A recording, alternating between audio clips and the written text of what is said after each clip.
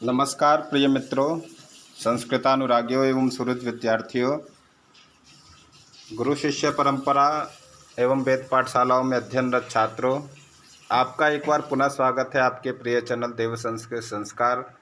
आइए हम लोग कारक प्रकरण का अध्ययन कर रहे हैं, जो महर्षि सांदीपनि राष्ट्रीय वेद विद्या प्रतिष्ठान कक्षा 7 संस्कृत भाषा की पुस्तक के पाठ 3 के अंतर्गत निहित है। हम लोगों ने पूर्व में कर्तृकारक के कुछ सूत्रों का अध्ययन किया। आज हम लोग कर्म कारक का अध्ययन करेंगे और पंक्तिशः चलेंगे। आइए देखते हैं, अपने अध्ययन के क्रम को जारी रखते हैं। कर्म कारकम, कर्म कारकम देखते हैं। प्रथम सूत्र कर्तुरीप्सितमं कर्म, कर्तुरीप्सितमं कर्म। पद विभाग करते हैं। कर्तुः ईप्सितमं कर्म, यह 3 पद हैं सूत्र में। कितने पद हैं? 3 पद हैं। त्रिपदम सूत्रम इदम। कर्तुः षष्ठी एकवचनम, कर्तुः षष्ठी एकवचनम, ईप्सितमं प्रथमा एकवचन और कर्म प्रथमा एकवचन का है। पद विभाग करने से यह तात्पर्य है कि आपको सूत्र में कितने पद निहित हैं उसका ज्ञान, किस विभक्ति और वचन का है उससे परिचित कराना है। आइए वृत्ति देखते हैं। कर्तुः क्रियया आप्तुम इष्टतमं कारकं कर्म संज्ञं स्यात्। कर्तुः क्रियया आप्तुम इष्टतमं कारकं कर्म संज्ञं स्यात्। कर्तुः कर्ता, क्रियया मतलब अपनी क्रिया के द्वारा, अत्यंत इष्टतमम जो है, कर्तुः कर्ता अपनी क्रिया के द्वारा, इष्टतमम जो प्राप्त करना चाहता है, जो उसे अत्यंत प्रिय है, ऐसे कारक की क्या होती है? कर्म संज्ञा होती है। कर्ता क्रिया के द्वारा जिसे प्राप्त करना चाहता है या जो वह जिसे वह अत्यंत प्रिय है, जो उसकी क्या होती है? कर्म संज्ञा होती है। एक बार पुनः देखते हैं। कर्तु क्रियया आप्तुम इष्टतमं कारकं कर्म संज्ञं स्यात्।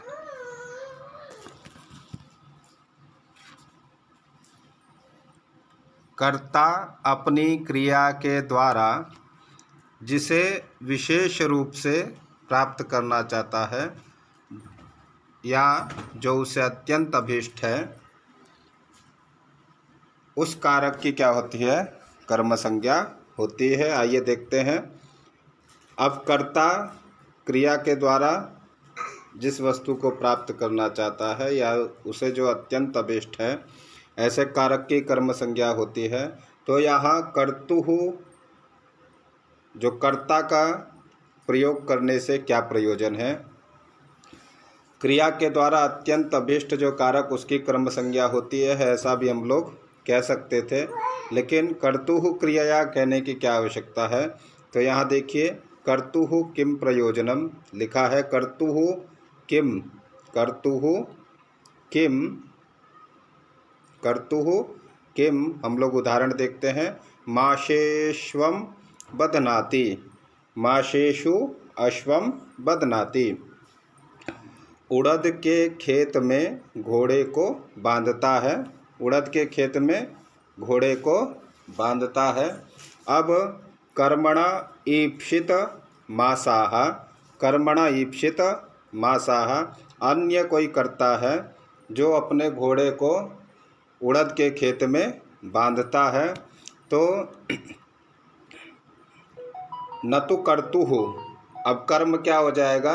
घोड़ा, और घोड़े को क्या प्रिय है? तो उड़द। घोड़े को प्रिय क्या है? उड़द है, कर्ता को नहीं। अर्थात कर्ता उक्त यहाँ होता तो माशेषु अश्वम बध्नाति कर्मणा ईप्सित मासाह। माशेषु अश्वम बध्नाति में कर्म को ईप्सित क्या है? उड़द है, अर्थात माश कर्ता को अभीष्ट नहीं है। इसी वजह से यहाँ कर्ता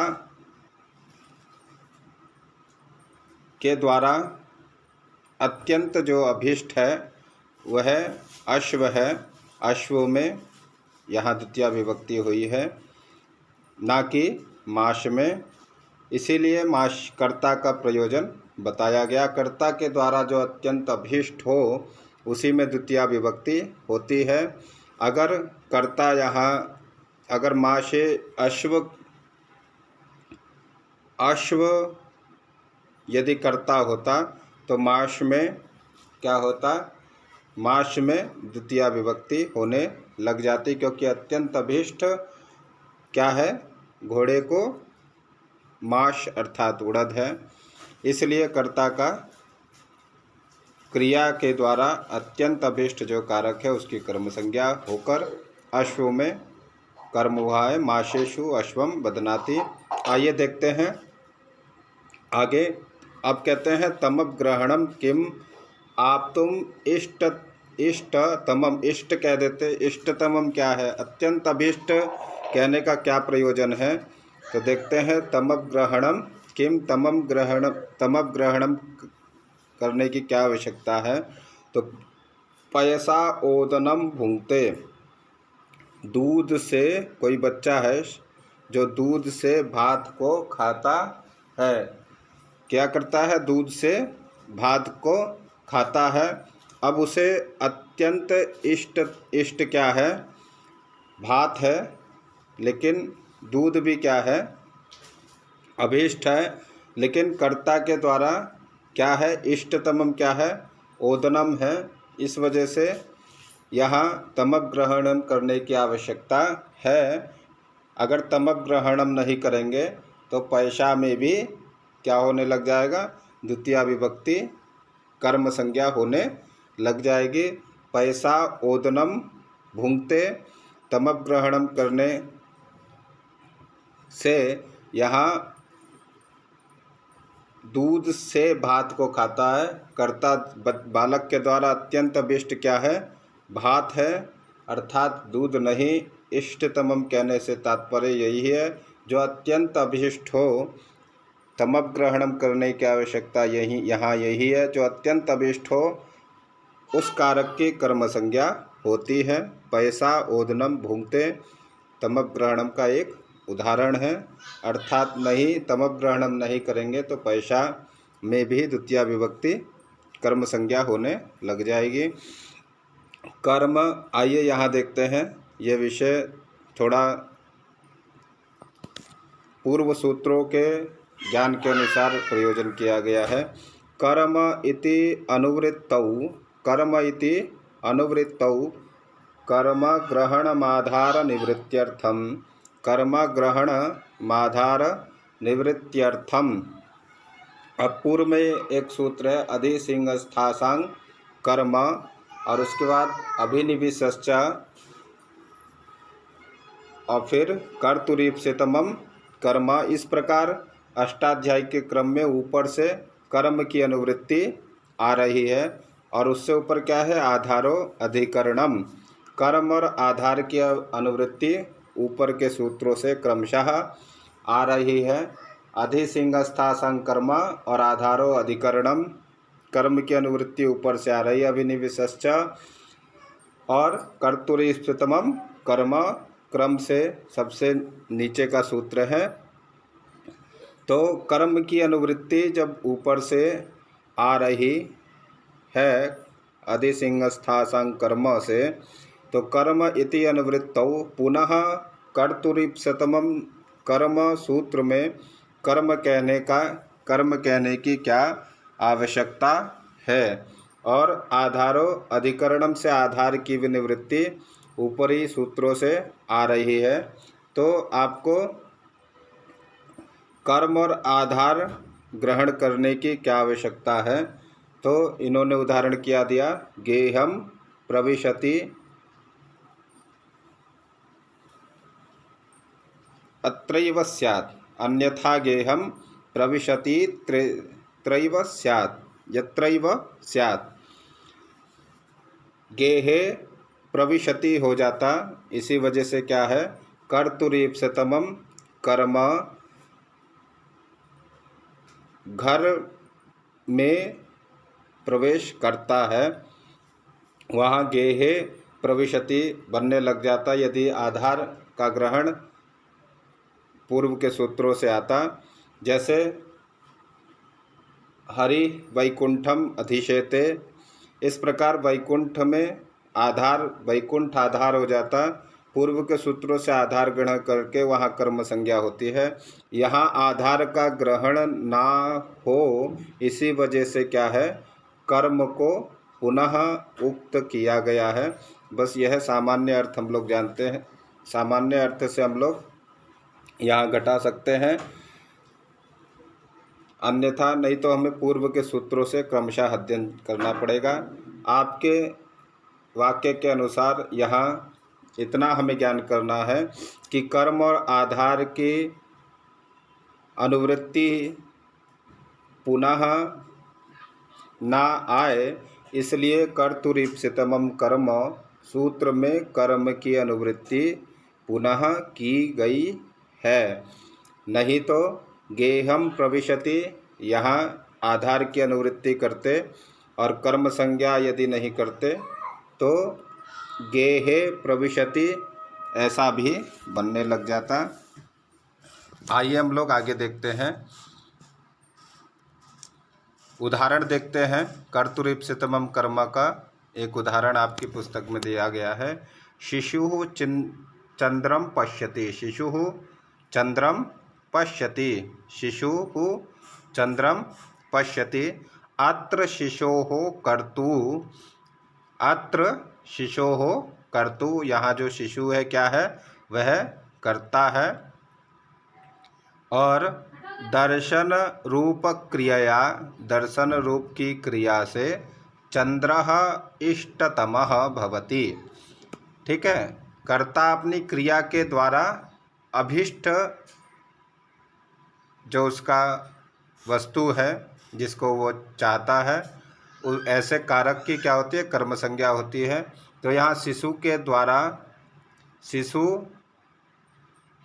देखने के द्वारा शिशु करता है और दर्शन रूप क्रिया के द्वारा, दर्शन रूप क्रिया से अत्यंत अभिष्ट क्या है, उसे चंद्रः इष्टतम में देखने का उसका केवल एक ही मकसद है, केवल चंद्रमा को। तो इष्टतमम केवल क्या हो जाएगा, चंद्रः हो जाएगा। तो अतः चंद्रम इति पदस्य कर्म संज्ञा अभवत, इसीलिए यहाँ कर्तुरीप्सितमं कर्म से अत्यंत जो इष्टतमम कर्ता के द्वारा क्रिया से बोधित होगा, ऐसे कारक की कर्म संज्ञा होगी। तो चंद्रम में कर्म संज्ञा होकर शिशु चंद्रम पश्यति, ऐसा वाक्य बनेगा। आइए एक और सूत्र देखते हैं द्वितीया विभक्ति का। कर्मणि द्वितीया, जो द्वितीया करता है, कर्मणि द्वितीया, कर्मणि द्वितीया अर्थात कर्म में द्वितीया विभक्ति होती है। पद विभाग करते हैं तो कर्मणि सप्तमी क्या है, एक वचन का पद है। कर्म, कर्मणि, कर्माणि, इस प्रकार रूप चलेगा। और द्वितीया प्रथमा एक वचन में, द्विपदम सूत्रमिदम, कर्मणि में सप्तमी एक वचन, कर्म में द्वितीया होती है, इस सूत्र का अर्थ है। आइए देखते हैं वृत्ति के माध्यम से। अनुक्ते कर्मणि द्वितीया स्यात्, अनुक्ते कर्मणि द्वितीया स्यात्, अनुक्त कर्म में द्वितीया विभक्ति होती है। अनुक्त कर्मणि, कर्म में द्वितीया विभक्ति होती है। आइए हम लोग यहाँ एक चीज़ देखते हैं। देखिए, अनुक्त अर्थात अनभिहित, अनुक्त अर्थात अनभिहित और उक्त अर्थात अभिहित। कथन का अभिहित अर्थ होगा अर्थात जहाँ जिस वाक्य में कर्म उक्त नहीं है वहाँ द्वितीया विभक्ति होती है। जैसे हरिम भजति, हरिम भजति, हरि को भजता है। तो भजति में जो तिप प्रत्यय है, भजति में क्या है, तिप प्रत्यय है, वह किसका विधान है, तो कर्ता का विधान है। किसका विधान है, कर्ता क्या है, उक्त है। उक्त कर्म में, अनुक्त कर्म में द्वितीया विभक्ति होती है। तो यहाँ भक्तः हरिम भजति क्या है, कर्म उक्त है, इसलिए कर्तुरीप्सितमं कर्म से अत्यंत इष्टतमम हरि में द्वितीया विभक्ति हो जाएगी। भक्तः हरिम भजति, या यदि भजतः तस् प्रत्यय होता तो दो कर्ता होते, तो वहाँ क्या बनता, भक्तौ हरिम भजति। अनुक्ते अर्थात विधान कहा ना गया हो और उक्त अर्थात कहा गया हो, अर्थात वाक्य में स्पष्ट दिखाई दे वह उक्त, और जो ना दिखाई दे मतलब जो शब्द ना दिखाई दे ऐसा शब्द अनुक्त, और जो शब्द दिखाई दे प्रत्यक्ष रूप से वह उक्त हो जाएगा। इसी प्रकार देखते हैं, अबहिते तो कर्मणि प्रातिपदिकार्थ मात्रे इति प्रथमैव। देखिए, अभिहिते अर्थात कर्म उक्त होने पर, कर्म उक्त होने पर, अभी उक्त होने पर कर्म में, उक्त होने पर कर्म में, अभिहित अर्थात उक्त होने पर कर्म में प्रातिपदिकार्थ मात्रे, प्रातिपदिकार्थ मात्रे प्रथमैव। कर्म में उक्त होने पर प्रथमा ही, प्रथमा विभक्ति ही होती है। जैसे अभिधानम तु प्रायेण तिंग कृत तद्धित समासैः। देखिए, यहाँ तीन शब्द एक ही जैसे हैं। जैसे प्रथम उक्त, दूसरा अभिहित और तीसरा अभिधान। यह तीनों शब्द एक ही अर्थ के बोधक हैं।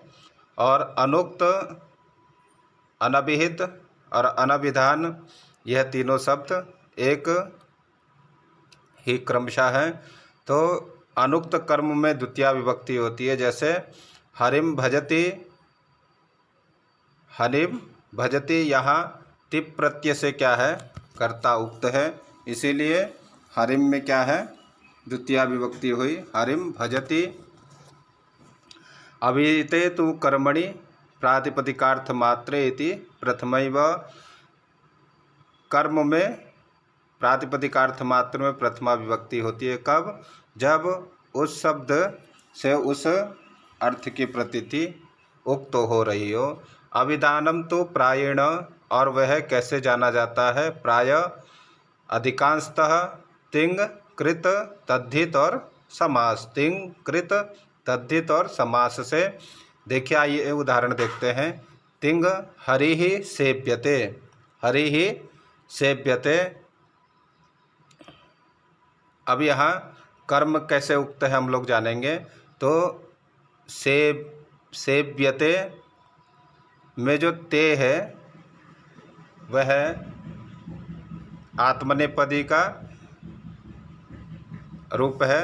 और कर्म सामान्यतः हम लोग जानेंगे जहाँ त से पहले क्या हो, यह हो, त से पहले वह यह हो, वह क्या कहलाएगा, कर्मवाच्य कहलाता है। हरि ही सेव्यते, यहाँ कर्म उक्त है, सेव्यते, इसीलिए हरि की प्रातिपदिक संज्ञा होगी और नियतोपस्थिति का प्रातिपदिकार्थः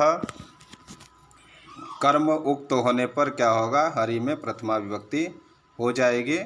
इसी प्रकार हरि ही सेव्यते और कृत में सेवितः में लक्ष्म्या सेवितः, तद्धित में कृत अर्थ में क्रीतः, सतेन क्रीतः, सत्यः क्रीतः से कर्मुक्त होने पर सत्यः में प्रथमा विभक्ति हो जाएगी। प्रातिपदिकार्थ मात्र होने पर समास में प्राप्तः आनंदो यम सा प्राप्तानंदः, यहाँ यम कर्मुक्त होने पर क्या होगा, प्राप्तानंदः प्रथमा विभक्ति होकर बनेगा।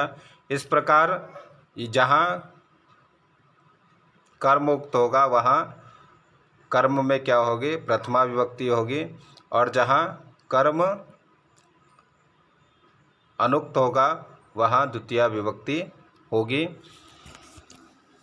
अनुक्ते कर्मणि द्वितीयासात, अनुक्त कर्म में द्वितीया विभक्ति होती है। आइए देखते हैं एक और। क्वचिन निपातेना अभिधानम, कहीं कहीं निपातनात् भी अभिधान किया गया है। क्या किया गया है, कहीं कहीं निपातनात् भी अभिधान किया गया है। यथा कुमार संभव की यह युक्ति देखिए, विषवृक्षोपि संवर्ग्य स्वयं छेत्तुम असाम्प्रतम। यहाँ क्या है, असाम्प्रतम क्या है, एक निपातनात् क्या है, अव्यय है, अव्यय है। असाम्प्रतम, असाम्प्रतन निपातने निपातनात् कर्म की अनुवृत्ति से क्या है, उक्त है। तो यहाँ वृक्षः में क्या हुआ है, वृक्षा में प्रथमा हुआ है, वृक्षः वृक्ष में प्रथमा हुई है। लेकिन सांप्रतम इत्यस्य ही युज्यत इत्यर्थः, सांप्रतम शब्द का क्या अर्थ है, युज्यत अर्थ है, लेकिन यहाँ असाम्प्रतम अर्थ है। असाम्प्रतम अर्थात नए समास होकर असाम